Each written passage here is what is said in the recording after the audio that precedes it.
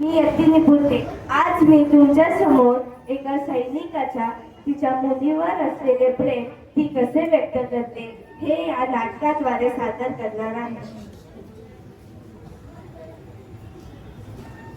एक, दोन, तीन, चार. लहानपणापासूनची सवय आहे माझी.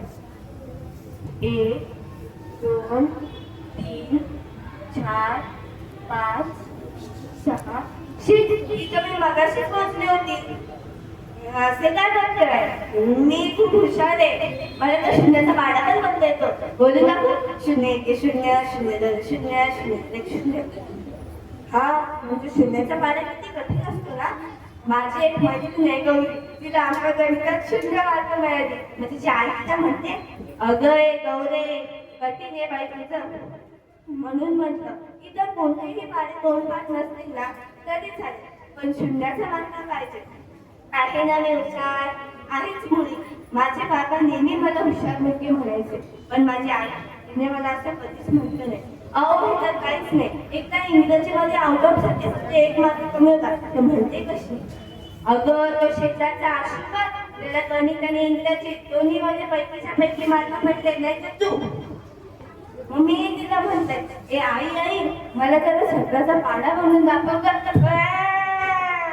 आज तेवढे पट्टी घालले नव्हते, तेवढे सगळे एकदाच खाऊ घातले तिने. हा पण माझे बाबा तसे नव्हते. माझे बाबा सगळ्या गोष्टी खूप प्रेमाने सांगायचे. हा माझा वेळ खूप कमी द्यायचे. काय करणार, बिचाऱ्यांना कामच एवढं असतं ना. ते फक्त माझे हिरो नाही तर भारत माझे सच्चे सुपुत्र सुद्धा आहेत ना. कधी इथे असतात तर कधी तिथे असतात. हा पण माझे बाबा जेव्हाही घरी येतात ना तेव्हा आमची दंगामस्ती करण्याची फेवरेट जागा म्हणजे आमचं हे टेरेस. इथेच बसून आम्ही आकाशात चांदण्याकडे बघतो. माझे बाबा म्हणतात, जेव्हा आपण आकाशात चांदण्याकडे बघतो ना तेव्हा ते दुखतात, म्हणजे ते आपल्याला हो किंवा नाही अशी उत्तर देतात. हा पण कधी कधी माझी आई मला खूप मारते, तेव्हा मी खूप रडते. मग माझे बाबा मला जवळ घेतात आणि म्हणतात, बेटा या जगात रडणाऱ्याला कोणीही जवळ करतो. अगदी देवबापाला सुद्धा अशी माणसे आवडत नाही. हा मग मी ठरवले आता रडायचं नाही. हा देवबापाला मी जरी नाही आवडते तरी चालेल, पण माझ्या बाबांना मी आवडायलाच पाहिजे. हे तर काहीच नाहीये. माझे बाबा जेव्हाही घरी येतात ना तेव्हा माझ्यासाठी खूप सारी चॉकलेट सांगतात. पण कधी कधी येतो म्हणतात आणि येत नाही तेव्हा मला त्यांचं खूप राग येतो. मग 1 दिवस होतात, 2 दिवस होतात, 3 दिवस होतात आणि 4थ्या दिवशी पुढे जाऊन बाबांचा आवाज येतो, चिमू. तेव्हा मी त्यांच्यावर रागावले, हेही विसरते आणि धावत त्यांच्याकडे जाते.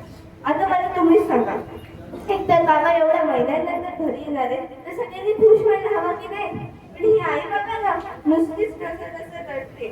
दरवाजाची बेल वाजली. मी उघडायला गेले, आईने मला थांबवलं. दारात कधी नव्हे तर काका आणि काकू आले होते. सोबत खूप सारी माणसेही होती.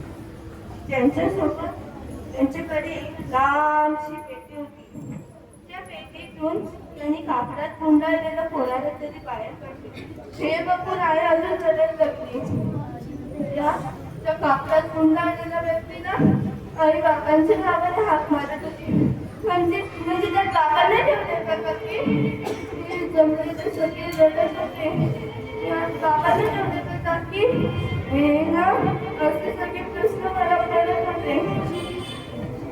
माझ्या या सगळ्या प्रश्नांची उत्तरे देणार माझ्या बाबांना थांबला की थांबला. माझ्या सगळ्या प्रश्नांची उत्तरे देणारे माझ्या बाबांना ते लोक माझ्या डोळ्यासमोर ठेवून गेले. त्या दिवसानंतर आमच्या घरात कोणीच नसते नाही, कोणी घर बोलतही नाहीये. बाबा नेहमी हसायला सांगायचे, पण ही आई बघा ना नुसतीच रडते.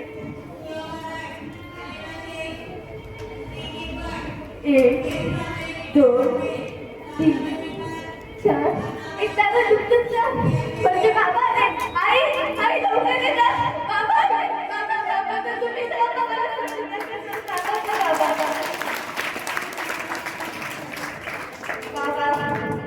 तुम्ही तुम्ही केलेला आणि शोधायचे मला खूप अभिमान आहे. तुमच्यासाठी देशाचे प्रेम आणि तुमच्यासाठी देशाचे बलिदान हे दोन्हीही अमूल्य आहेत. धन्यवाद. देशासाठी